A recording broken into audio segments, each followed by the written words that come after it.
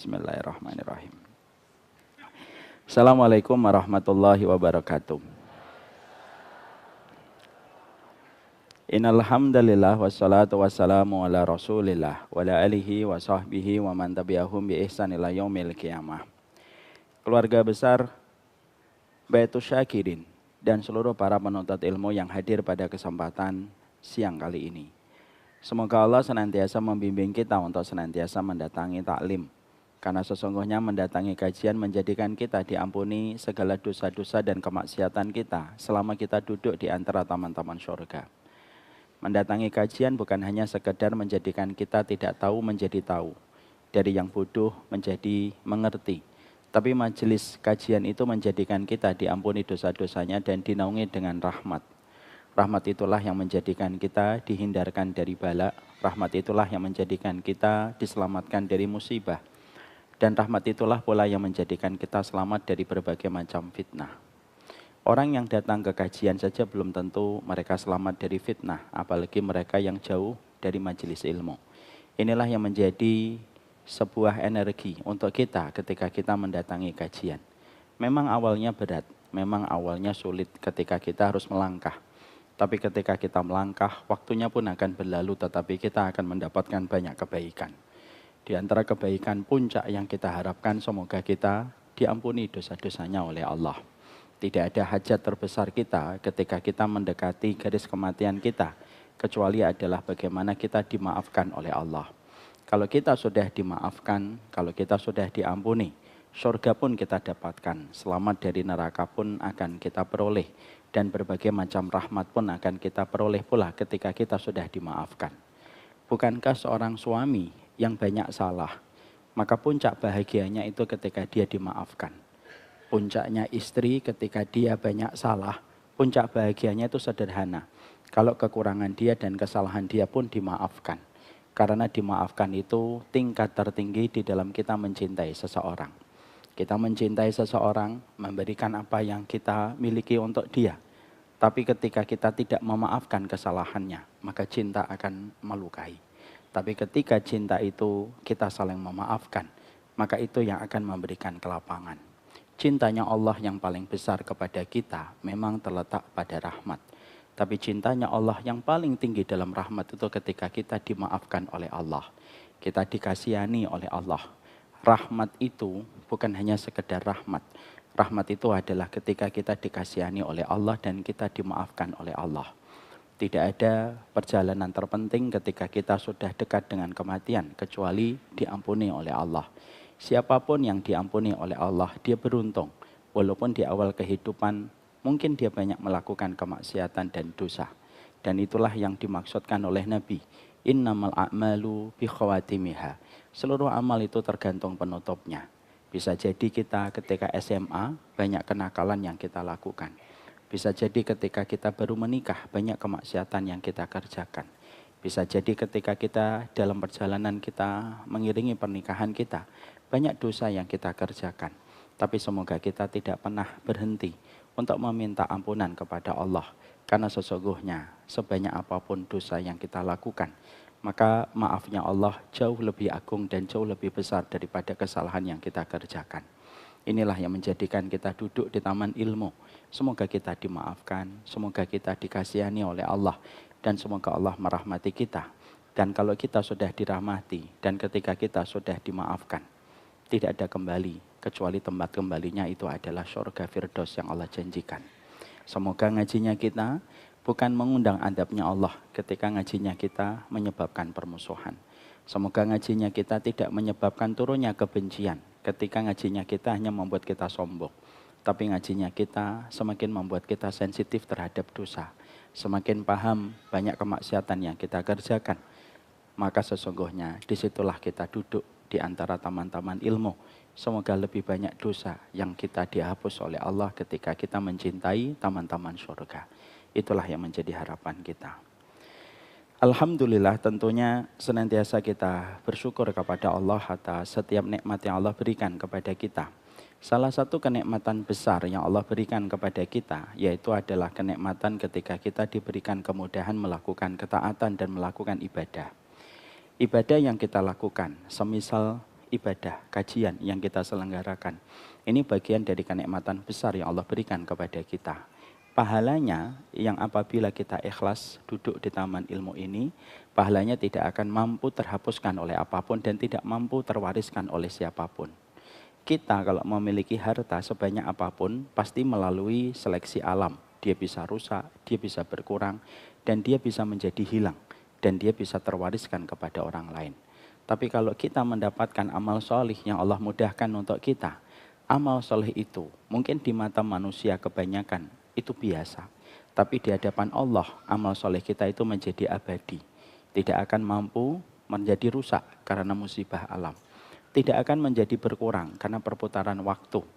Dan tidak akan mampu terwariskan ketika kita meninggal dunia kecuali dia menemani setiap waktu dan setiap saatnya. Inilah yang menjadikan kita patut bersyukur. Jangan hanya bersyukur pada mobil yang kita miliki. Jangan hanya bersyukur pada rumah yang kita beli.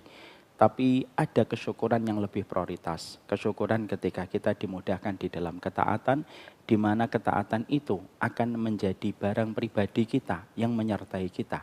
Dan tidak akan meninggalkan kita walaupun sekejap mata. Ada perkataan bagus sekali dari Syekh Utsaimin. Syekh Utsaimin itu mengatakan, At-tasbihatul wahidah khairun laka minat dunya wa ma fiha.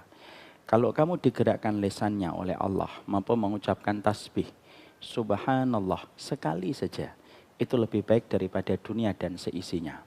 Kenapa Syekh Utsaimin membandingkan antara tasbih dengan dunia dan seisinya yang tentunya jumlah kuantitasnya tidak bisa dikonversikan dengan mata uang secara pasti. Kenapa itu dikonversikan dengan dunia dan seisinya? Karena dunia dan seisinya sebanyak apapun, saatnya kiamat sudah ditegakkan, tidak ada yang tersisa. Dunia sebanyak apapun, ketika kita sakaratul maut, tidak ada lagi yang bisa melihat harga mahalnya sebuah dunia kalau kita sudah sakaratul maut. Dan pastinya akan kita wariskan. Tapi kalau kita mengucapkan subhanallah wa bihamdi sekali saja di waktu pagi, apalagi sampai 33 kali di waktu pagi, atau 100 kali di waktu pagi dan sore, maka sesungguhnya itu akan menyertai kita. Guncangan alam, ada gempa, ada tsunami, ada banjir bandang. Subhanallah yang pernah kita ucapkan tidak akan pernah terseret dengan banjir bandang. Ketika ada gempa, sekuat apapun, naudzubillahi min dzalik, subhanallah wa bihamdih yang pernah kita ucapkan tidak akan pernah ambruk dengan rubuhnya bangunan. Dan ketika kiamat itu datang, dia pun tidak akan rusak dan tetap menyertai kita sampai nanti kita berjumpa dengan Allah. Jilbab yang ibu kenakan akan menyertai ibu sampai nanti ibu berjumpa dengan Allah. Pakaian yang kita gunakan di dalam ketaatan ini, inilah yang akan menyertai kita dan memberikan kesaksian kepada kita ketika nanti kita berdiri di pengadilan Allah. Langkah kaki kita, setiap gerak jalan kita yang kita bawa kepada perkara yang Allah ridhoi akan terus menyertai kita. Ketika sakaratul maut, amal itu memudahkan. Ketika kita di liang kubur, amal soleh itu akan menjadi cahaya. Dan ketika kita berdiri di dalam penyelidikan Allah, maka sesungguhnya amal-amal itu yang akan membela untuk kita dan menjadi hujah bagi kehidupan kita di pengadilan Allah. Inilah yang menjadikan kita bersyukur. Banyak orang diberikan oleh Allah kesempatan meraup dunia hingga ratusan miliar. Tapi tidak mampu untuk duduk di taman ilmu di waktu pagi, siang, dan sorenya. Dan di setiap harinya sampai setahun. Ada orang yang mampu meraup harta sampai dia bisa membeli jet pribadi. Tapi dia tidak pernah diberikan kemampuan untuk zikir pagi dan zikir petang. Ada orang yang mampu menjelaskan teori ekonomi makro dan ekonomi mikro sampai detail. Tapi dia tidak pernah mampu mendapatkan kemuliaan ketika duduk di taman-taman ilmu dan tempat kajian. Inilah kenikmatan terbesar pada kehidupan kita. Dan kenikmatan ini baru terasa ketika nanti kita sudah berada pada kehidupan kubur kita. Di mana pada hari itu yang ada adalah hisab dan tidak ada amal yang bisa kita lakukan kembali. Inilah yang menjadikan kita bersyukur atas setiap ketaatan yang kita kerjakan. Kita melakukan ketaatan itu semata-mata Allah yang memudahkan. Bukan karena hebatnya kita, bukan karena kuatnya kita, tetapi karena hebatnya Allah ketika menolong hamba-hamba yang beriman. Semoga kita selalu dipantaskan di dalam mendapatkan pertolongan di balik setiap ketaatan yang kita kerjakan. kepada Allah kita bersyukur. Dan kepada Allah kita menyerahkan segala urusan kita. Dan kita bersyukur atas seluruh ketaatan yang Allah berikan kepada kita. Semoga Allah tambahkan terus kemudahan kita untuk taat. Semoga Allah mudahkan terus mudahnya kita untuk beribadah. Semakin mendekat kepada Allah. Mendekat kepada Allah itu lelah, Ustaz. Betul. Mendekat kepada Allah itu lelah. Tapi yang lebih melelahkan itu kalau kita menjauh dari Allah. Mendekat kepada Allah itu penat, berat. Tapi sesungguhnya ketika kita bermaksiat dan menjauh dari Allah, konsekuensinya pasti berat. Beruntunglah setiap hamba yang mendapatkan peringatan setiap waktu supaya dia tetap taat dan supaya dia tetap konsisten melakukan ibadah.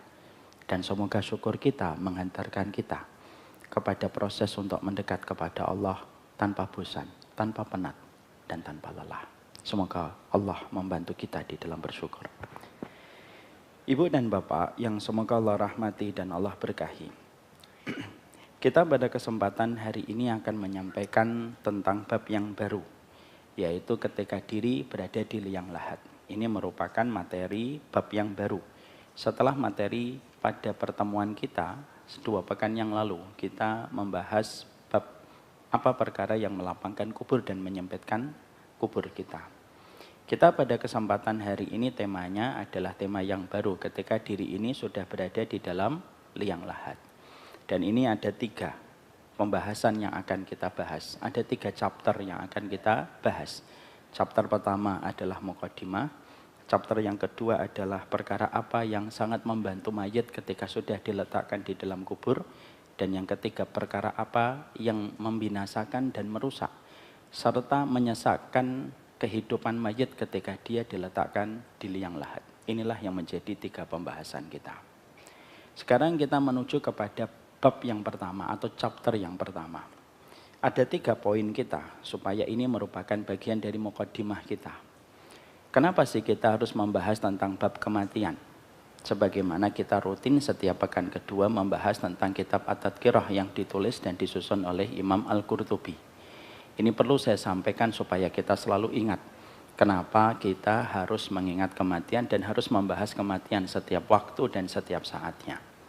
Karena sesungguhnya ini merupakan salah satu di antara kaidah dan makna ketakwaan. Makna ketakwaan itu bukan hanya ketika kita sekedar takut kepada Allah. Tapi salah satu makna ketakwaan itu ketika kita mempersiapkan perjalanan panjang ketika kita meninggal dunia. Kita harus ingat apa yang disampaikan oleh Ali bin Abi Thalib.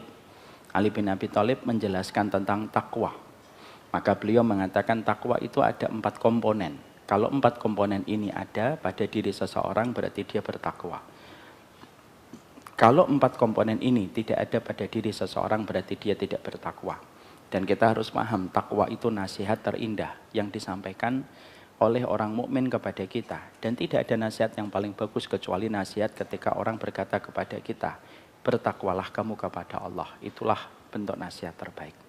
Makanya tidak sah khutbah Jumat kalau tidak mengingatkan setiap para jamaahnya untuk bertakwa. Karena saking pentingnya takwa. Sekarang kita bedah supaya kita menangkap korelasi. Kenapa ketakwaan itu dikaitkan dengan kita ketika membahas kitab At-Tadhkirah. Maka Ali bin Abi Thalib mengatakan kepada kita, takwa itu ada 4. Yang pertama, al-khawfu minal jalil. Yang namanya takwa itu kamu memiliki rasa takut kepada Allah. Maka itulah yang disebut dengan ketakwaan. Kamu pengen rumah, tiba-tiba ada yang menyodorkan kepadamu uang riba supaya mendapatkan rumah itu segera. Lalu kamu menampik uang riba itu dan mengatakan saya takut kepada Allah. Itu takwa. Itu takwa. Ada seseorang ketika mereka sedang bekerja, tiba-tiba dia mendapatkan sogokan dengan nilai yang tidak sedikit. Dan itu menggiurkan matanya, menggiurkan hatinya. Dan biasanya sogokan itu datang pada saat ketika kita lagi butuh satu pemasukan penting. Lalu kita mengatakan, tidak, saya tidak mau mengambil itu karena saya takut kepada Allah. Itulah yang dinamakan takwa.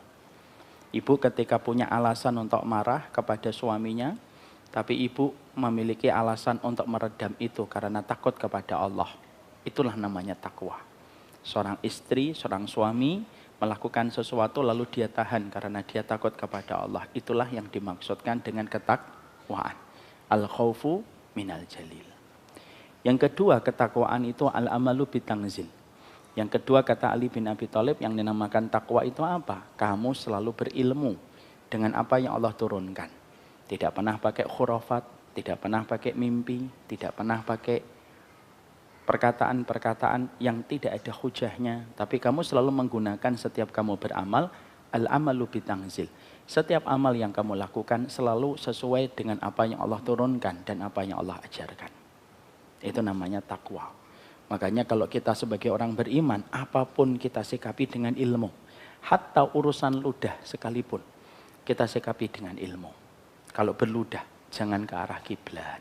Kok kamu nggak mau ludah ke arah kiblat? Tidak boleh, kata Nabi, berludah ke arah kiblat. Emang kenapa? Karena nanti ludahmu akan kembali kepada dirimu pada waktu hari kiamat. Ini namanya takwa. Ketika urusan ludah, kita sedang sholat, lalu kita terganggu sholat kita, sampai kita membaca Al-Kafirun, nggak ketemu-ketemu ujungnya. Sehingga akhirnya itu surat Al-Kafirun cita rasa Al-Baqarah. Lalu kita beludah ke arah kiri. Lalu membaca a'udzubillahi minasyaitonirrajim min hamzihi wa nafthihi wa nafsihi. Aku berlindung kepada Allah dari syaitan min hamzihi. Dari hamzi itu kesombongannya, nafthihi itu tiupannya dan godaannya. Lalu kita beludah ke arah kiri 3 kali dengan ludah yang ringan dan kita mampu menyebutkan dalilnya. Itu takwa. Ini bukan berarti nanti kalau kita beludah, ludahnya banyak-banyak. Nggak usah, gitu, nggak usah. Tapi cukup ringan aja. Gitu. Itu namanya ilmu. Itu namanya takwa. Karena semuanya panduannya dengan ilmu. Kalau ternyata sudah beludah Ustadz, tapi juga hafalannya tidak kembali. Maka maaf, bukan setan yang mengganggumu. Hafalanmu yang berantakan. Mungkin setannya mikir, nyalahin saya.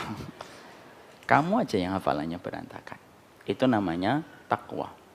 Yang ketiga, takwa itu disebut oleh Ali bin Abi Thalib. Takwa itu apa? Yaitu adalah asyukru bil qalil. Kamu bersyukur dengan sedikitnya harta yang Allah berikan kepadamu. Bapak dan ibu bersyukur 3 miliar, ya wajar. 3 miliar.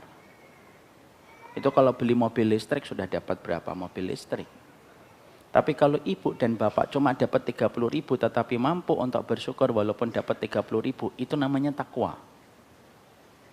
Saya pernah dulu di Jogja, udah lama sekali. Kami di Jogja tiba-tiba ada pengemis, ada pengamen ibu-ibu. Pengamen ibu-ibu ini kemudian ngamen di samping mobil. Saat itu saya paling depan dan urutan pertama untuk didatangi oleh pengamen itu. Maka saya pada saat itu ngelihat ibu itu kelihatannya orangnya baik gitu dan sopan orangnya. Saya memberikan maaf uang 10.000. Saya kasih ke dia. Dia ketika melihat uang 10.000 dia merasa itu kebanyakan dan dia berkata, "Pak, itu kebanyakan." Saya bilang, "Enggak, Bu, udah buat ibu aja." Lalu dia bilang, saya masih ingat sekali, "Ini enggak ada susuknya." Tahu susuk? Susuk yang taruh di sini loh. Susuk itu kembalian. Nggak ada kembalian. Nggak apa-apa Bu, saya nggak butuh kembalian. Ya Allah, terima kasih ya Pak. Qadarullah lagi baru saja mengatakan terima kasih, lampu merah sudah berganti hijau. Saya jalan. Saya ngelihat di spion bagaimana beliau ketika mendapati uang 10.000 itu sembari beliau menepi ke trotoar, dicium itu uang 10.000 dengan kesyukuran. Terus dimasukkan ke atas. Jangan tanya ya hukum mencium uang, jangan. Bukan itu maksudnya.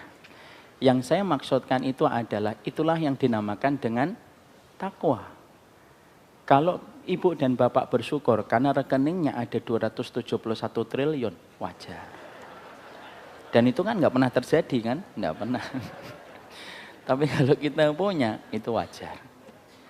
Tapi kalau kita punya 5.000, tapi cara kita menangkap 5.000 sama dengan kita mendapati 1 juta di kantong kita, itu baru takwa. Masya Allah 5.000. Dijagain betul. Bukan karena cinta dunianya, tapi karena kita tahu siapa yang memberi itu. Walaupun cuma 5.000. Jangan lihat 2.000-nya. Tapi lihat dat siapa yang memberikan uang kamu 2.000. Jangan lihat 1.000-nya, lalu kamu lempar-lempar itu uang 1.000 itu. Lalu merasa nggak butuh uang 1.000. Kalau ada yang mengingatkan, Pak itu Pak jatuh uang 1.000, sorry ya saya nggak mau ngambil. Jangan. Tapi perhatikan siapa yang memberi kepada kamu uang 1.000 itu. Dan yang memberi itu siapa? Allah. Kenapa mubadir itu termasuk dosa besar? Maaf ya, mubadir itu bukan dosa kecil. Kenapa mubadir itu dosa besar? Karena bukan masalahnya kamu itu membuang-buang harta. Tapi bukan pula masalah menyia-nyiakan harta. Tapi kenapa mubadir itu dosa besar? Karena kamu lupa siapa yang memberikan harta itu kepada dirimu sampai kamu sia-siakan. Makanya ketakwaan itu yang ketiga kata Ali bin Abi Thalib itu apa? Syukur dengan perkara rezeki sedikit yang Allah berikan kepada kita. Yang keempat, istidadu liyaumir rahil. Yang keempat itu apa? Takwa itu ketika kita mempersiapkan perjalanan panjang kita menuju kepada Allah. Itulah yang disebut dengan takwa. Dan inilah korelasinya. Kenapa kita membahas at-tadhkirah? Karena ini merupakan bagian dari nilai ketakwaan kita. Kita mempersiapkan perjalanan panjang kita. Karena salah satu definisi ketakwaan itu apa? Kamu mempersiapkan perjalanan panjang yang pasti kamu akan lakukan ketika kamu telah berakhir usianya dan ajalnya di dunia. Dan ketika kita mempersiapkan itu dengan ilmu, dengan kita mengkaji, dengan kita membedah buku yang menceritakan tentang kematian, itulah yang menjadikan kita telah mendapatkan nilai ketakwaan ketika kita membedah kitab yang menjelaskan tentang kematian itu sendiri. Dan itulah yang menjadikan kita paham kenapa saya harus ngaji. Salah satunya ngaji saya jadwalnya adalah kitab At-Tadhkirah, kitab tentang kematian. Karena ini merupakan salah satu nilai ketakwaan. Itu poin yang pertama. Setelah kita membahas tentang muqaddimah ini, maka sesungguhnya muqaddimah ini juga ada poin yang kedua. Poin yang kedua yang kita harus pahami, karena kita membahas tentang diri kita ketika sudah berada di liang lahat. Setidaknya ada dua hal yang ingin saya sampaikan. Yang pertama, bahwasanya kematian itu sebenarnya bukanlah mati jasad dan ruh. Tetapi kematian itu adalah matinya jasad, tetapi tetap hidupnya ruh. Dan tidak pernah sama sekali mengalami perubahan. Perbedaannya adalah kalau kita hidup di dunia, maka yang dominan itu jasadnya. Tapi ketika ajal kita di dunia sudah selesai, maka yang dominan itu ruhnya. Dan ruh itu tidak pernah mengenal kematian. Ruh itu mengenal kematian itu hanya di satu momen. Kapan ruh itu akan mengenal kematian? Ketika malaikat Israfil meniupkan sangkakala yang pertama. Pada saat itulah ruh mati. Tapi ketika kita meninggal dunia, ruh itu tidak mati. Ruh itu tetap hidup. Sebagian ulama mengatakan, apakah setiap ruh ketika dicabut akan melihat jasad yang dia tinggalkan? Sebagian para ulama mengatakan iya. Sebagaimana jasad pun memberikan salam permisahan kepada ruh ketika telah dicabut dari jasadnya. Makanya Nabi mengatakan, inna ruha idza qubidha tabi'ahul basar. Sesungguhnya ruh kalau sudah dicabut dari jasadnya, yang nanti melepaskan dengan salam perpisahan adalah mata. Mata akan mengikuti kemana ruh. Sebagian ulama lalu mereka mengatakan, kalau jasad bisa melihat ruh ketika dibawa oleh malaikat menuju ke langit, maka ruh pun bisa melihat sejenak jasad yang dia tinggalkan. Dia bisa melihat. Itu saya. Dan sekarang saya berharap pergi. Ya. Tapi ruhnya tidak pernah meninggal dunia. Dia tetap, hanya saja dia meninggalkan jasadnya. Makanya perumpamaan yang bagus dikatakan oleh Imam Ibnu Qayyim. Perumpamaan ruh yang dicabut dari jasad itu kayak perumpamaan gigi yang dicabut dari gusinya. Gusinya sudah selesai, giginya nanti akan melanjutkan. Giginya nanti ditaruh di tanah, ditaruh di kotak. Dia meninggalkan gusinya. Sama, ruh itu akan meninggalkan jasad. Karena jasad ini tidak akan pernah dipakai lagi setelah masa pemakaiannya selesai. Makanya ketika nanti kita berada di alam mahsyar, kita tidak memakai jasad sebagaimana jasad yang kita pakai di dunia. kita diganti dengan jasad yang baru, yang berkesesuaian dengan konteks kehidupan di padang mahsyar. Jasad kita di dunia di mana, Ustaz? Jasad kita di dunia sudah dilebur oleh cacing tanah ketika ditaruh di dalam kubur. Makanya di situ kita mendapati ketika seseorang diri itu sudah berada di tanah liang lahat, maka yang ditinggalkan itu jasadnya, ruhnya tetap hidup. Dan ruh itu tidak pernah mengenal mati kecuali satu. Ketika malaikat Israfil meniupkan sang kakala. Berapa kali malaikat Israfil meniupkan sang kakala? Sebagian ulama mengatakan 3, tetapi pendapat yang paling kuat mengatakan 2. Sesuai dengan perkataan dari Abu Hurairah. Ma baina nafkhataini arba'una sanatan fa'aba. Arba'una syahran fa'aba. Arba'una usbu'an fa'aba. Arba'una yawman fa'aba. Arba'una sa'atan fa'aba. Maka Abu Hurairah mengatakan, sesungguhnya jarak antara tiupan yang pertama dengan tiupan yang kedua itu sejarak 40. Karena Abu Hurairah menyebutkan kata 40, maka orang-orang yang ada pada majelisnya Abu Hurairah berkata, 40 apa? 40 tahun? Abu Hurairah diam. 40 bulan? Abu Hurairah diam. 40 minggu? Abu Hurairah diam. 40 hari? Abu Hurairah diam. 40 jam? Abu Hurairah diam. Berarti di situ kita hanya taunya apa? Taunya adalah hanya 40. Kepastian dari 40 itu ke 40 apa? Hanya Allah yang tahu. Maka ketika ditiup sangkakala, semuanya mati. Semuanya mati. Ruh itu mati. Yang disiksa di dalam kubur, istirahat sejenak. Ketika tiupan sangkakala pertama itu sudah ditiupkan. Kenapa? Semua malaikat pun mati. Siapa yang tidak mati? Sebagian ahli tafsir mengatakan sebagian yang tidak mati malaikat Israfil. Yang kedua, malaikat Jibril. Yang ketiga, malaikat maut. Malaikat maut, dia disuruh mencabut nyawanya sendiri. Dia disuruh mencabut nyawanya malaikat Israfil. Yang tersisa 2, malaikat maut sama malaikat Jibril. Malaikat maut disuruh nyabut nyawanya dia sendiri. Yang tersisa 1, yaitu malaikat Jibril. Malaikat Jibril disuruh untuk sujud. Pada saat dia sujud, disitulah malaikat yang bergelar dengan status Ruhul Amin dicabut nyawanya langsung oleh Allah. Sebagai bentuk kemuliaan yang Allah berikan kepada malaikat Jibril. Pada saat itu, wa yabqa wajhu rabbika dzul jalali wal ikram. Pada saat itulah tidak ada yang tersisa kecuali wajahnya Allah. Yang memiliki keagungan dan memiliki kemuliaan. Di saat itulah ruh baru mati. Jadi nanti kalau antum dicabut nyawanya, antum tidak mati. Yang mati jasadnya. Ruhnya tetap hidup.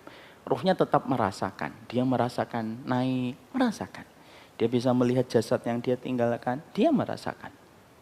Yang mati hanyalah jasadnya. Sebagaimana gigi ketika tanggal dari gusinya. Maka giginya pergi. Gusinya tetap ada, giginya tetap ada. Maka itu menjelaskan kepada kita tentang hakikat kematian itu sendiri. Jadi kematian itu tidak ada. Kematian itu ada setelah malaikat Israfil nanti meniupkan sangkakala yang pertama. Kematian itu datang kembali kapan? Ketika manusia dibangkitkan setelah malaikat Israfil meniupkan sangkakala yang kedua. Ketika malaikat Israfil meniupkan sangkakala yang kedua, semuanya bangun. Ketika seluruh manusia dari awal sampai akhir berkumpul di padang mahsyar, padang putih yang tidak ada kemerah-merahan, yang agak kemerah-merahan dan tidak ada tanda untuk siapapun di padang mahsyar, disitulah nanti Allah akan memanggil kematian. Ainal maut. Datang nanti kematian. Dia datang kepada Allah. Karena al-maut itu tidak bisa diindra dengan mata oleh manusia.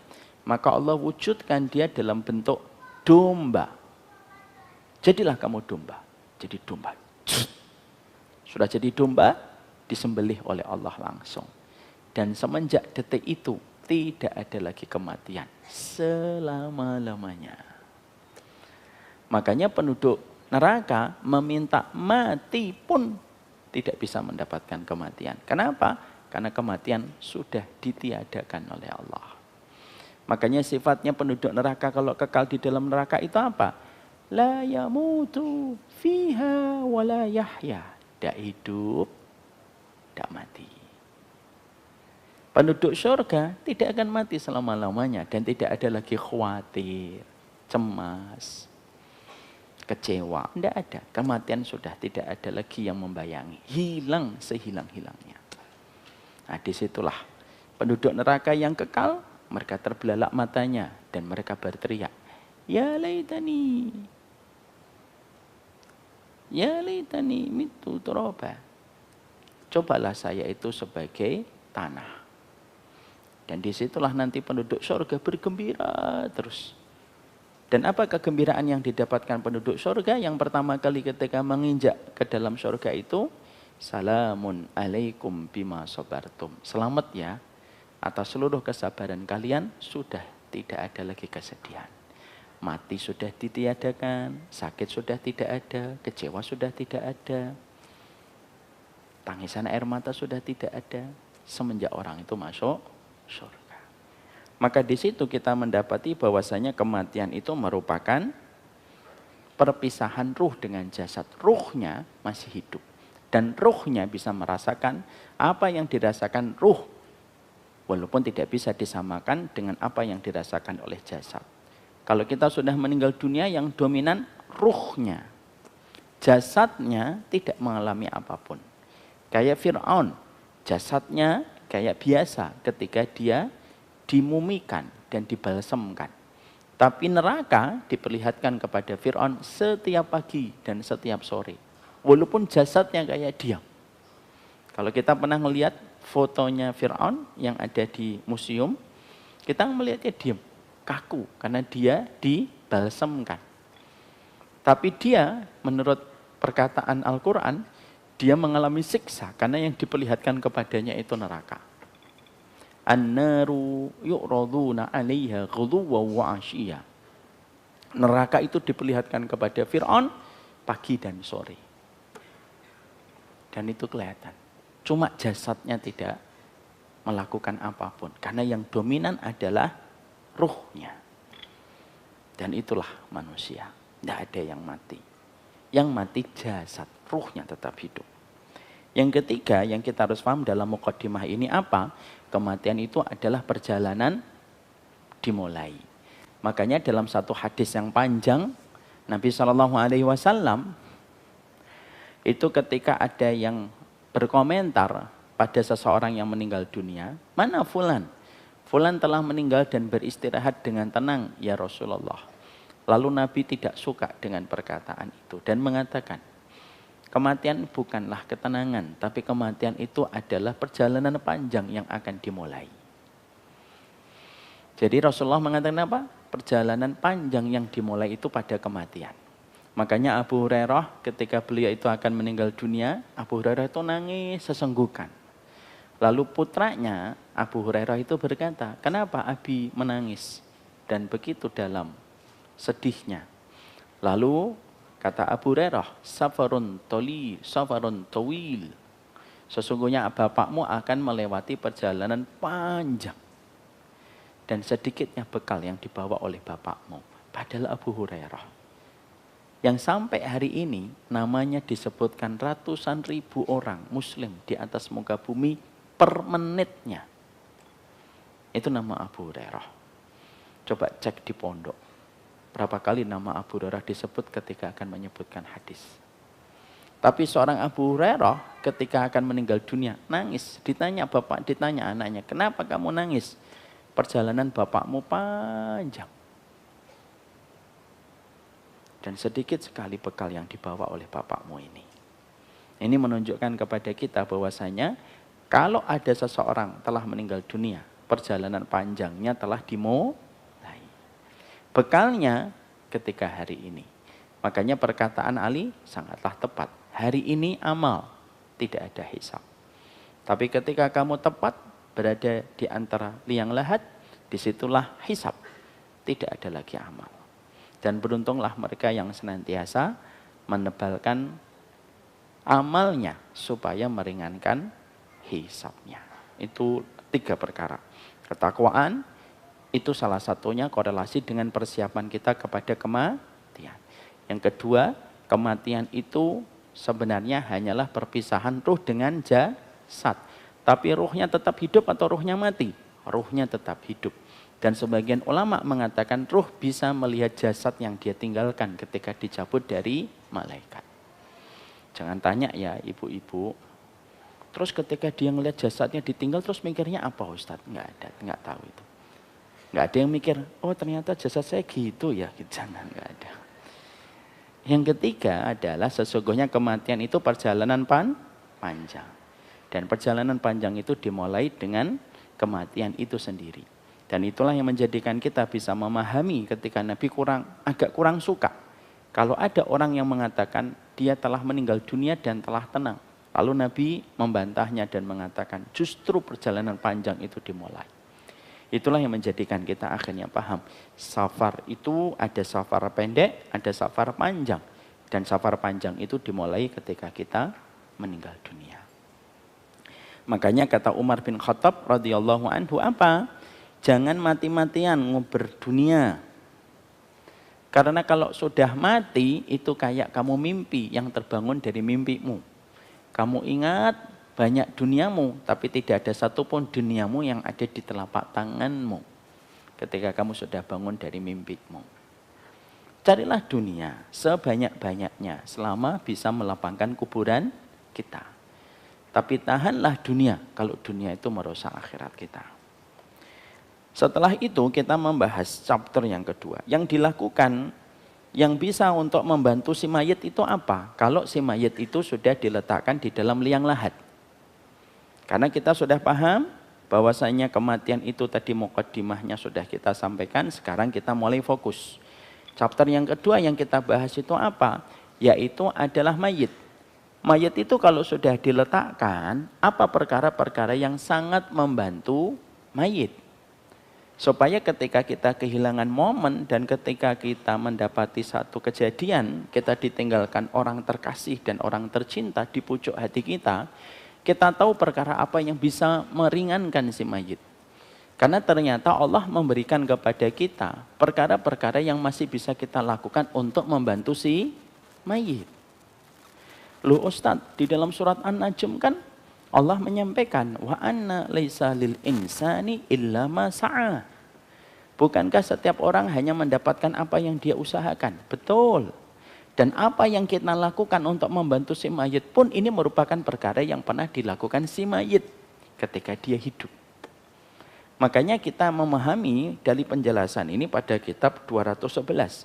Apa perkara-perkara yang bisa membantu si mayit ketika mayit sudah mulai dimandikan, sudah mulai dikafani, sudah mulai untuk dibawa ke liang lahatnya. Apa perjalanan yang bisa membantu si mayit? Yang dijelaskan oleh syariat supaya kita paham, supaya kita mengerti, supaya kita tetap bisa berlaku tepat di waktu-waktu yang dibutuhkan.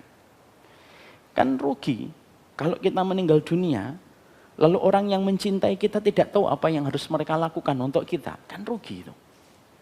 Maka ini merupakan investasi yang harus kita ketahui supaya ketika kita kehilangan ataupun ketika kita mendapati satu momen kita ditinggalkan orang yang sangat kita cintai, kita tahu apa yang harus dilakukan dan apapun yang harus dikerjakan. Para ulama lalu memberikan kepada kita ada beberapa poin penting, setidaknya ada 6 atau 7 poin yang kiranya bisa membantu si mayit ketika mayit sudah terbujur kaku dan akan diletakkan di atas liang lahatnya. Yang pertama tentunya kita paham, yaitu adalah ketika kita mendoakan dan ketika kita menyolatinya. Sebanyak orang mukmin yang menyolatinya, terutama orang-orang yang sholih yang menyolatinya, maka semakin besar pertolongan yang Allah berikan kepadanya. Makanya dikatakan oleh Abu Ubaidillah At-Tirmidzi, sesungguhnya sholat jenazahnya kaum muslimin kepada si mayit itu semacam pasukan bala tentara yang berkumpul di pintu istana sang raja untuk meminta syafaat kepada sang raja. Jadi ada seorang ulama namanya Abu Ubaidillah At-Tirmidzi. Itu mengatakan apa? Kalau kita meninggal dunia dan semakin banyak orang solih, mereka datang menyolatkan kita, semakin banyak orang solih yang menyolatkan kita. Itu sebagaimana pasukan bala tentara yang mereka berkumpul di pintu istana sang raja untuk memintakan syafaat kepada si mayat yang baru saja meninggal dunia. Makanya kita sudah memahami kan, dan berulang-ulang sering saya sampaikan, ibu dan bapak tidak usah muluk-muluk. Kalau kita meninggal dunia disolatkan 40 orang solih saja, batasan minimnya itu 40 orang solih. Kalau bapak dan ibu sudah meninggal dunia disolatkan 40 orang solih, la yusyrikun billah, mereka tidak berbuat syirik kepada Allah, kecuali orang yang disolatkan itu mendapatkan syafaat dari 40 orang solih ini. Itulah kenapa sudah sering saya ulang-ulang, handphone kita harus terisi minimal batasannya atau batasan minimalnya 40 orang solih. Yang itu kita jadikan layer 1, circle 1, yang mana kita yakin tanpa mendahului takdir Allah, bahwasanya 40 orang ini yang apabila saya meninggal dunia, pasti mereka sedih dan pasti mereka akan datang. Sejauh apapun mereka sedang pergi ketika mereka mendapati aku meninggal dunia. Minimal 40. Makanya kalau sama orang solih harus selalu jemput bola. Tidak bisa nunggu bola orang solih itu. Dan harus sabar sama orang solih. Wasbir. Sabar sama orang solih itu. Loh Ustadz, kalau kami sama orang dolim kami sabar. Maklum, kami ngerti. Masa sama orang solih kami sabar? Harus sama orang solih pun harus sabar. Karena apa? Karena kamu dengan orang solih punya kebiasaan yang berbeda. Punya acuan prioritas yang berbeda. Punya jarak pandang dan memandang sesuatu masalah berbeda. Makanya harus sabar. Supaya tidak putus. Dan orang solih itu bukan berarti dia tidak punya aib. Orang solih itu tetap punya aib. Orang solih itu tetap punya dosa. Orang solih itu tetap punya maksiat. Tapi kebaikannya lebih mendominasi daripada kemaksiatannya. Kalau ibu dan bapak salah mendefinisikan orang solih, anak khawatir. Setiap nanti mendapatkan tidak solihnya seseorang, langsung kita pergi sejauh-jauhnya dan kita memuntahkan pertemanan kita dengan mereka hanya karena kita melihat satu kesalahan. Tidak bisa gitu. Jadi definisi solih itu bukan berarti maksum. Bedakan maksum dengan solih. Tahu maksum? Maksum tahu Ustaz, tetangga saya. Bukan. Itu juga tetangga saya. Ada tetangga saya sopir truk namanya Maksum. Saya manggilnya, Mas Maksum pergi ke mana? Lampung. Nah, ya, Mas Maksum itu pasti. Maksum itu artinya usima, terjaga dari kesalahan. Itu siapa? Rasulullah. Rasulullah itu maksum. Tapi Rasulullah ketika beliau walaupun maksum, pernah nggak beliau salah? Ada, pernah. Tapi langsung diingatkan oleh Allah. Makanya langsung lurus kembali. Kapan? Contohnya, ketika beliau bermuka masam dan ketika beliau melengos kepada Abdullah bin Ummi Maktum. Abdullah bin Ummi Maktum ngeraba. Rasulullah lagi giat-giat dan semangatnya mendakwai para kabilah-kabilah dan ketua kabilahnya dengan semangat. Dengan harapan besar nih kalau ketua kabilah masuk Islam, kontribusinya besar untuk Islam. Lah datang Abdullah bin Ummi Maktum sambil meraba tanya. Lalu Rasulullah, karena lagi fokus. Maka Allah memberikan loyalitasnya kepada pembesar Quraisy atau kepada Abdullah bin Ummi Maktum. Kepada Abdullah bin Ummi Maktum. Allah turunkan abasa wa tawalla. Karena Rasul kita jujur, surat abasa tidak pernah disembunyikan. Saking jujurnya Rasulullah. Padahal itu surat mengkritik Nabi. Kenapa kamu bermuka masam dan berpaling? Nah disitulah kita mendapati hatta Nabi pun pernah beliau secara tidak langsung menyakiti Abdullah bin Umi Maktum. Abdullah bin Umi Maktum tahu nggak kalau Nabi itu melengos wajahnya? Tahu atau tidak? Kok tahu? Dari mana? Kan beliau buta. Karena beliau buta jadi tidak tahu kalau Nabi itu bermuka masam. Tapi Allah menjaga hatinya Abdullah bin Maktum enggak? Itu Rabbnya kita. Sama orang yang buta pun Allah memperhatikan kata hatinya. Rabbnya kita selembut itu. Tuhan kita selembut itu. Sampai orang yang buta pun dijaga haknya oleh Allah. Orang buta, miskin. Orang buta, miskin, tidak punya rumah Abdullah bin Umi Maktum itu. Di saat rumah masih murah di kota Madinah pada saat itu pun nggak punya rumah. Itu pun masih dijaga hatinya oleh Allah. Allah turunkan itu dan Allah tegur manusia yang paling Allah cintai. Biasanya kita kalau ketemu orang yang paling kita cintai, susah negur atau tidak susah? Susah. Tegur tuh, susah. Saya cinta.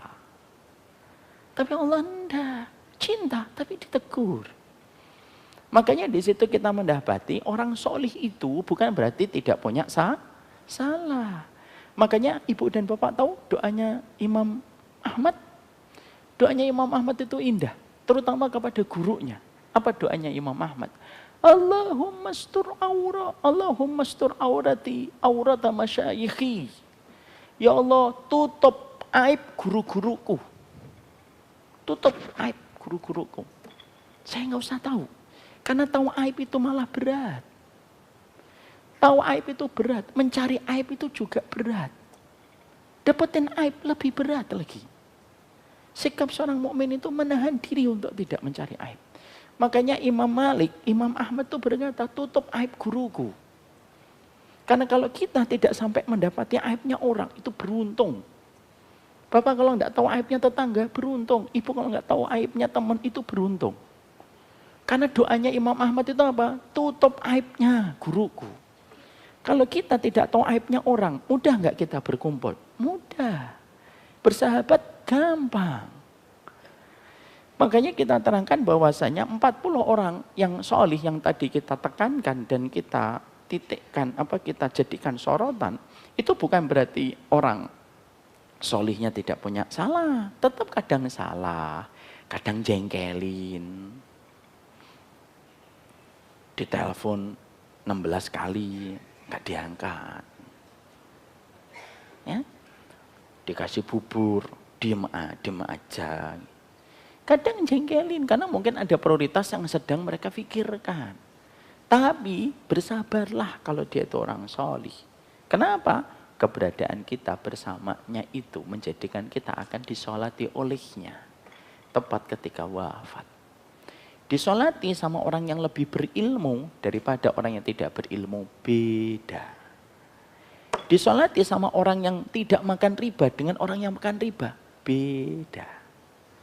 Disolatin sama orang yang pakai hijab dengan orang yang tidak pakai hijab, beda. Bukan berarti kita menghina orang yang belum menjalankan syariat, enggak. Tapi kita jelaskan hukumnya kalau sudah berdiri menyolatkan. Disolatin sama orang yang dolim dan orang yang suka makan uang rakyat atau uang siapa? Pokoknya uang lah, saya enggak mau ini. Itu beda. Itu beda.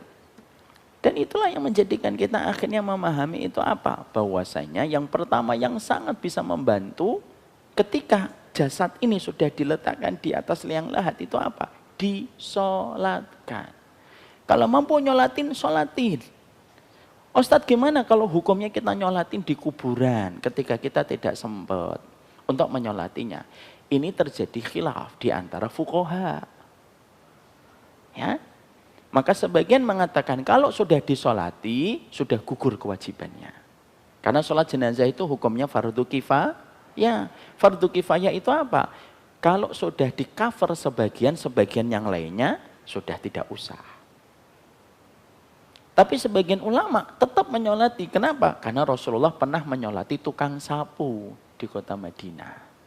Ada seorang wanita bersihin Masjid Nabawi, pas meninggal dunia, Nabi tidak dikasih tahu. Mana ini tukang sapunya? Namanya Abu siapa? Ummu siapa ya? Lupa saya nama. Ummu Mijan atau siapa? Ini mana tukang sapunya? Sudah meninggal ya Rasulullah. Lu kenapa kamu tidak ngasih tahu aku? Tuh lihat. Didikannya Allah tuh.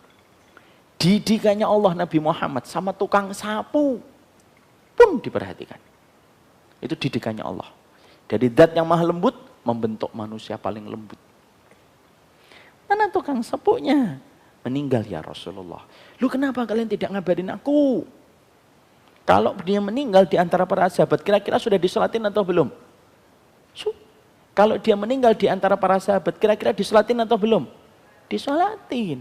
Tapi Nabi tetap datang ke kuburannya dan menyolati. Itu dalil sebagian ulama bahwasanya boleh menyolati di kuburan.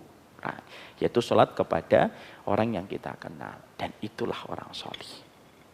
Makanya perhatikan, mendekatlah, jemput bola sama orang solih. Maka memperlakukan orang-orang solih itu beda-beda gayanya. Tapi jemput, deketin dengan upaya kita. Jangan mencukupkan diri kita tidak dikenal sama orang solih. Makanya salah satu di antara obatnya hati apa? Qurbatus solihin, mendekat sama orang solih terutama ketika dia berilmu. Maka sesungguhnya itulah yang akan membantu kita ketika diri kita sudah berada di liang lahat. Yang kedua, termasuk di antara perkara yang penting adalah tentunya mendoakan. Karena tadi menyolati di dalamnya ada mendoakan. Siapa doa yang paling besar? Impact-nya dan efeknya kepada mayit. Doanya siapa? Doanya siapa? Doanya anak. Doanya anak yang paling gede. Setelah doa orang tuanya dan doa pasangannya. Makanya saya sudah sering mengatakan berulang-ulang kepada ibu dan bapak. Siapa orang yang paling setia mendoakan kita kalau kita meninggal dunia? 3, bapak ibu kita. Kalau masih hidup, kayak saya sama istri. Sudah meninggal dua-duanya. Sudah meninggal dua-duanya. Berarti tinggal 2. Siapa? Pasangan sama anak. Pasangan itu masih ada kemungkinan. Itu pun ketika setelah meninggal dunia dia tidak nikah lagi.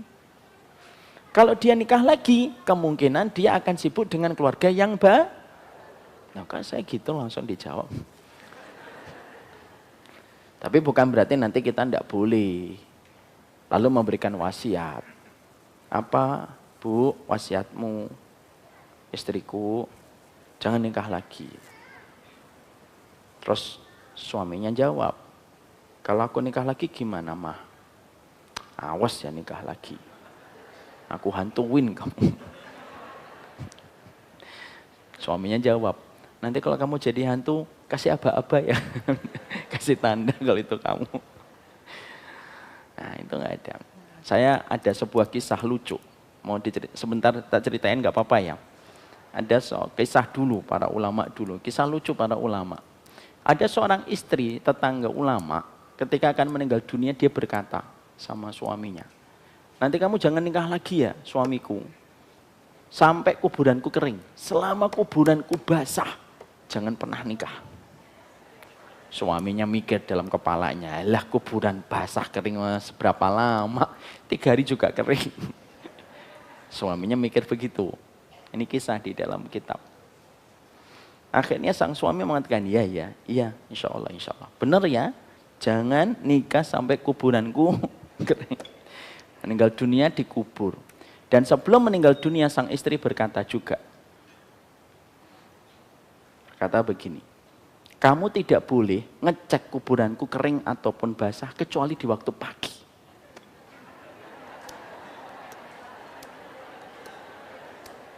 Bukan, antum ngomongnya embun ya? Bukan, salah antum. Berarti nggak baca kitab. Ya, bener ya, pagi ya? Iya. Nggak boleh selain pagi? Iya. Janji? Janji. Nggak lama setelah itu meninggal dunia. Setelah itu meninggal dunia beberapa saat, suaminya sudah pengen nikah lagi. Laki-laki, fitrahnya beda dengan perempuan.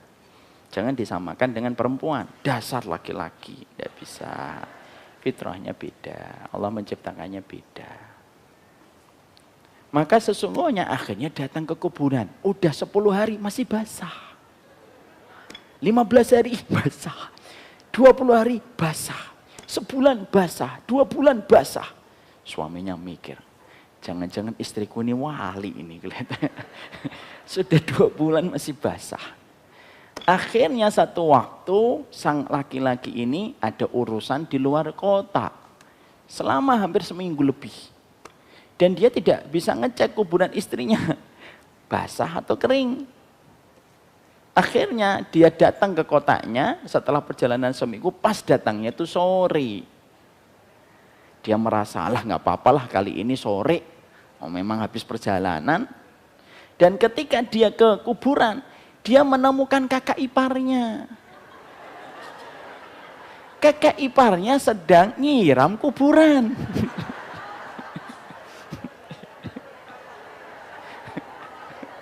Paham di sini? Saya teruskan nggak ini? Ini bicara kematian jadinya ketawa kita. Ditanya sama beliau, loh bang, ya kalau bahasa kitanya, kalau di kitab nggak ada bang. Mas, kamu ngapain? Ini loh mantan istrimu ini sebelum meninggal dunia nyuruh aku. Nyuruh apa? Setiap sore nyiramin kuburan.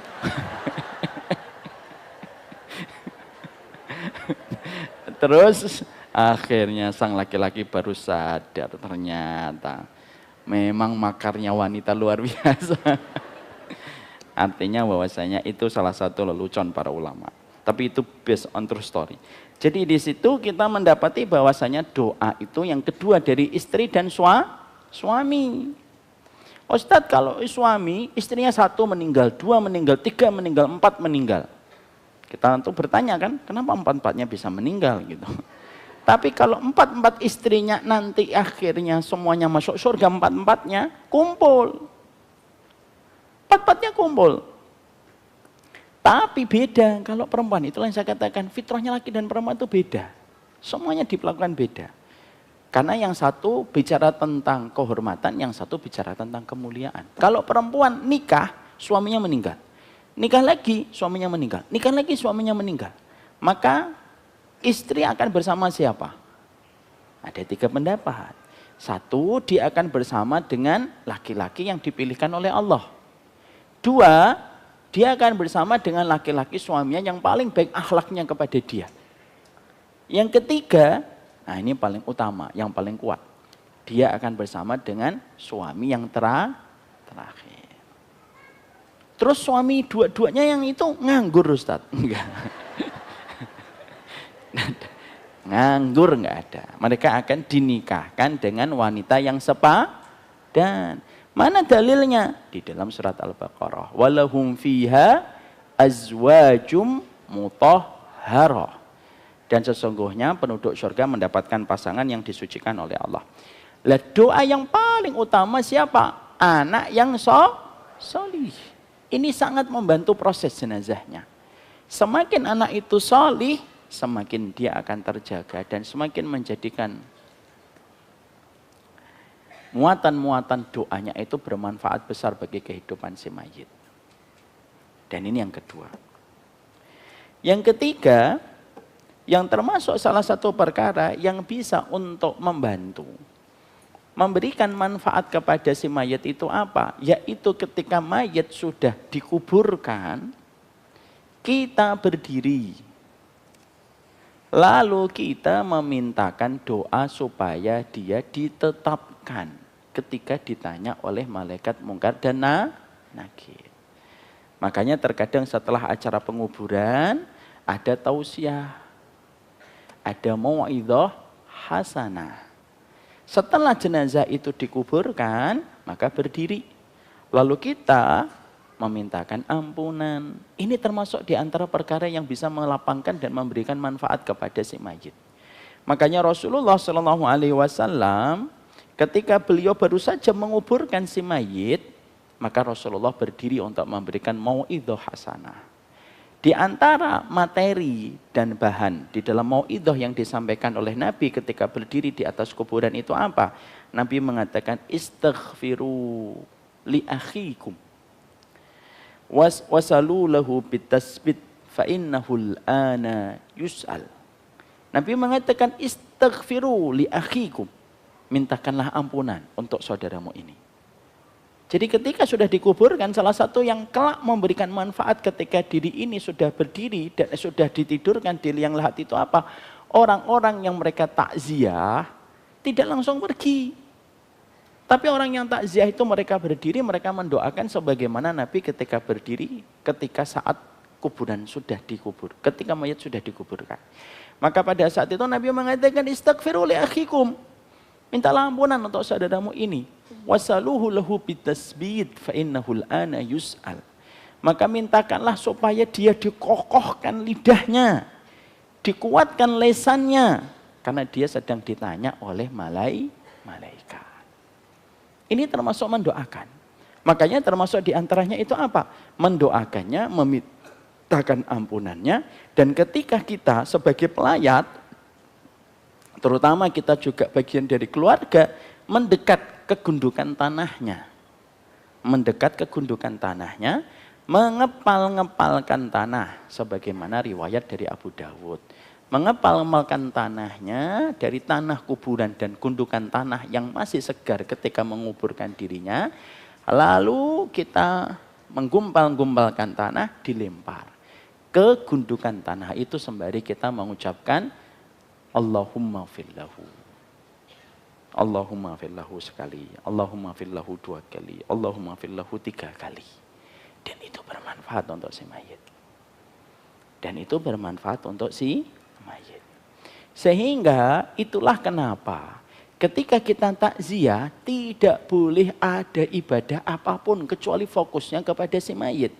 Karena ketika bapak saya takziah kepada si mayit, semua ibadah kita itu fokus kepada si mayit. Makanya kalau kita ditanya, kalau saya ngiringi mayit, apakah saya boleh dzikir pagi sekalian Ustadz? Enggak. Boleh nggak saya sembari istighfar, astagfirullah untuk saya? Enggak. Kenapa? Kalau si mayit, kalau kamu ngiringi si mayit, semua ibadah kita tuh fokus untuk si mayit.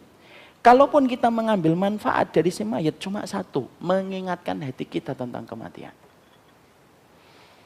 Mengingatkan hati kita tentang kematian. Maka kita tidak boleh dzikir pagi, nggak boleh takbir, nggak boleh tasbih, nggak boleh baca Quran. Ustadz kalau tawaf boleh, karena memang ibadah untuk Bapak. Kalau saya tawaf boleh saya dzikir pagi, itu karena ibadah untuk Bapak. Tapi kalau Bapak ngiringi si mayit, maka ibadah Bapak untuk si mayit. Maka yang kita ucapkan Allahumma fillahu warhamhu wa'afihi. Ngepal-ngepalkan tanah untuk si mayit. Allahumma fillahu warhamhu wa'afihi. Makanya jangan ngobrol. Pastikan kalau lagi ngubur si mayit, jauh-jauhan sama temen. Supaya malah nggak ngomongin politik. Ada demo hari ini? Nggak ada. Tapi tadi katanya rame. Iya. Kira-kira backingannya siapa gimana sih? Takziah malah ngomongin demo. Ini masih mending kadang-kadang. Takziah malah ngomong, MU tadi malam menang atau kalah. Gimana sih ngomong? Nggak bisa. Jauh-jauhan. Nggak bisa. Diam, fokus. Nanti kapan kita bicaranya? Nanti setelah selesai. Jangan malah kemudian takziah. Belum selesai udah diminta foto. Saya kadang-kadang nggak apa-apa sih minta foto tuh nggak apa-apa, tapi kadang-kadang saya tuh nolak gitu, dan saya tuh kan orangnya nggak enakan nolak Bapak. Tapi kalau saya diajak foto ketika lagi takziah itu sedih saya. Saya mau pasang wajah cemberut, nggak enak gitu, nanti fotonya. Tapi kalau nggak cemberut, masuk Bapak nggak tahu lagi ada takziah minta foto gitu. Jadi nggak usah minta foto. Dan di antara perkara yang bisa untuk memberikan manfaat kepada diri kita ketika nanti sudah meninggal dunia, nanti sampaikan ke keluarga kita, terutama yang bisa kita ajak bicara. Atau ada keluarga yang mengingatkan. Pak, kalau saya pengennya begitu. Seseorang yang kita cintai meninggal dunia. Anaknya tampil untuk menjadi imam sholat. Setelah selesai, anaknya menyampaikan, tolong nanti kalau ada keluangan waktu untuk bersedekah waktunya untuk keluarga kami tercinta, ngiringin si mayit. Nanti kalau sudah sampai di kuburan, tolong didoakan kembali supaya beliau dikuatkan lisannya untuk menjawab pertanyaan malaikat mungkar dan nakir. Dan tolong nanti kepalkan tanah 3 kali, dilemparkan ke gundukan tanah ibu kami tercinta, supaya itu bisa menguatkan beliau ketika ditanya oleh malaikat Munkar dan Nakir. Itu kalau bisa diinstruksikan. Supaya apa? Supaya yang takziah mengerti apa yang harus dikerjakan. Nah sekarang takziah itu banyak orang yang terkadang tidak mengerti apa yang harus dikerjakan dan dilakukan. Maka termasuk salah satunya adalah bagaimana kita berdiri, lalu ketika kita pada saat itu memintakan ampunan, mengepalkan tanahnya, dan itu termasuk salah satu perkara yang bisa menguatkan seseorang di dalam kuburnya. Dan termasuk salah satu perkara yang akan memberikan kabar baik untuk si mayat ketika dikuburkan itu apa? Yaitu diriwayatkan, yaitu adalah bagaimana ketika kita mengiringi si mayat, terutama untuk keluarga tercintanya. Kalau kita nguburkan si mayat dan telah meletakkan si mayat di antara liang lahatnya, maka janganlah buru-buru pulang. Tapi tinggallah di situ sejarak seseorang menyembelih hewan kurban dan membagikan hewan kurban. Kira-kira berapa itu? 40 sampai 1 jam atau 1 jam seperempat. Makanya di dalam satu riwayat dikatakan bahwasanya ada seorang ulama dari Abdurrahman itu Amr berpesan, ikatlah kain sarungku, sesungguhnya aku akan ditanya. Dan apabila kalian telah menutupku di dalam kuburan, kata beliau, maka duduklah di dekat kuburanku selama waktu menyembelih hewan dan membagikan dagingnya, sampai aku terhibur dengan kehadiran kalian. Ini termasuk salah satu sunnah yang banyak keluarga belum memahami. Ya. Jadi kita disunahkan bukan hanya kita menguburkannya, tapi langsung pergi. Tapi kita kalau bisa bertahan di situ, terutama untuk keluarga intinya. Kalau menyuruh kaum muslimin tentunya sesuai dengan kelapangan dan keluasan waktu mereka. Tapi keluarga inti jangan langsung pergi, duduk di situ. Perbanyak saja Allahumma firlahu, Allahumma sabbit lisanahu, Allahumma firlahu, Allahumma sabbithu. Makanya diceritakan pula bahwasanya dari Amr bin As ketika menghadapi kematian, maka dia berpesan kepada putranya, apabila kalian telah menguburkanku, maka timbunlah tanahku dengan baik. Amr bin As, sahabat besar yang membebaskan Mesir. Maka kuburkanlah tanahku dengan baik. Berdirilah kalian di sekeliling kuburanku.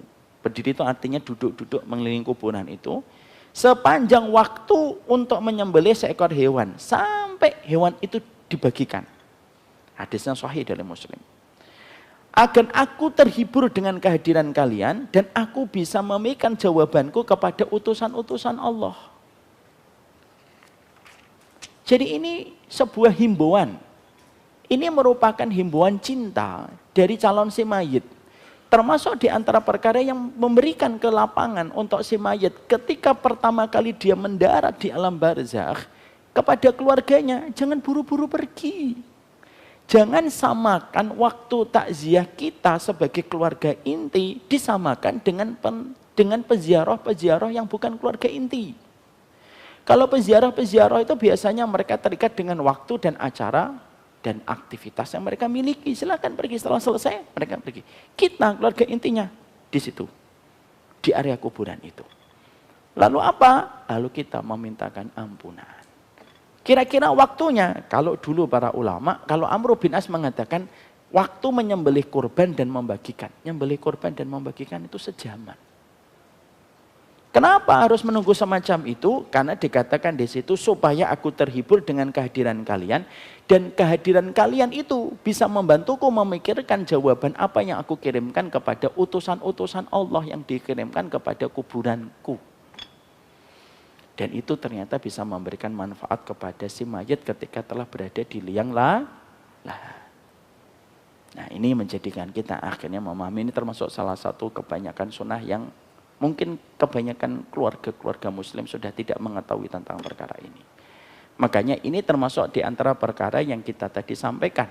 Bahwasanya termasuk yang bisa memberikan manfaat ketika diri kita sudah di liang lahat, yaitu adalah tentunya mendoakan, tentunya menyolatinya, tentunya adalah kita memintakan ampunan, mengepalkan tanah kepada tanah kuburan itu untuk dimintakan ampunan, dan termasuk diantaranya adalah duduk sepanjang waktu ketika seseorang menyembelih hewan kurban.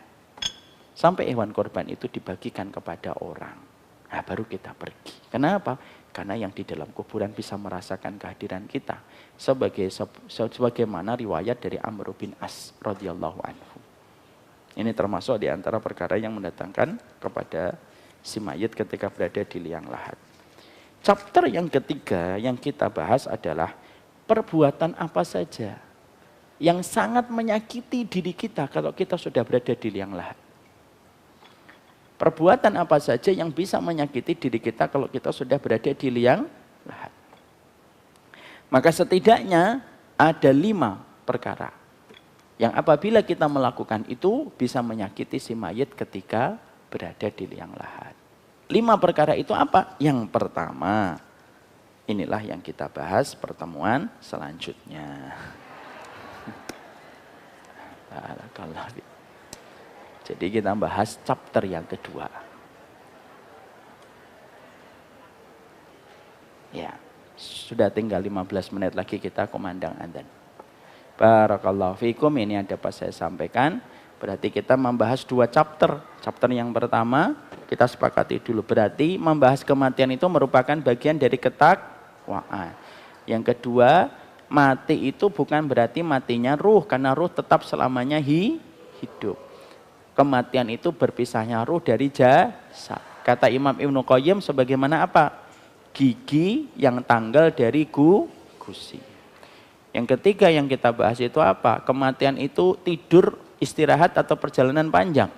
Perjalanan panjang. Apa perkara yang bermanfaat bagi si mayit ketika sudah berada di liang lahat? Yang pertama mendoakan, menyolatinya, mendoakannya. Siapa mendoakan yang paling kuat doanya? Doanya anak. Doanya anak. Yang ketiga apa? Memintakan ampunan. Mengepal-ngepalkan tanah untuk memintakan ampunan kepada si mayit ketika dia sedang dihadapi oleh para delegasinya Allah, para malaikat. Yang kelima, menunggu sejarak dan sebatas waktu korban disembelih sampai dibagikan. Apakah si mayat bisa merasakan kehadiran orang yang masih menunggu mereka? Bisa. Sebagaimana kesaksian dari Amr bin As radhiyallahu anhu. Inilah 2 chapter yang kita bahas dan ternyata tidak sampai 3 chapter. Insya Allah kita akan membahas chapter yang ketiga pada kesempatan berikutnya. Wassallallahu ala nabiyina Muhammad. Walhamdulillahirabbil alamin. Saya serahkan kepada Irsyad. Siapa? Rashid. Ya. Rashid dari tadi saya lirik kelihatannya sibuk nulis dia. Tapi kelihatannya nulis pantun dia.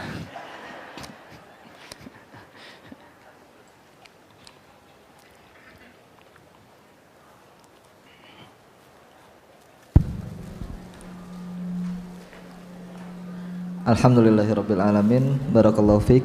Jazakallahu khairan katsira. Kami ucapkan pada Gurunda Al-Ustaz Umar Mita hafizahullah taala. Selanjutnya kepada para jamaah kami berikan kesempatan bagi yang ingin bertanya. Dipersilakan, tafadhol. Tidak ada, alhamdulillah. Tidak ada? Enggak ada. Baik. Mungkin ini menjadi sesi terakhir kajian kita pada siang hari ini. Tidak ada pantun ya untuk penutupan. Sekian dari stoknya habis ya? Habis, Tata. Stoknya habis ya? Habis, Tata. Ikutin saya. Yeah. Ikutin saya. Oke, Tata. Ikan hiu. Ikan hiu. Ikan lele. Ikan lele. Kita tutup Kita lupa. Oke. Kita tutup sama-sama dengan membaca hamdalah dan kafaratul majlis. Alhamdulillahirabbil alamin. Subhanakallahumma wa bihamdika asyhadu an la ilaha illa anta astaghfiruka wa atubu ilaik. Sekian dari saya. Assalamualaikum warahmatullahi wabarakatuh.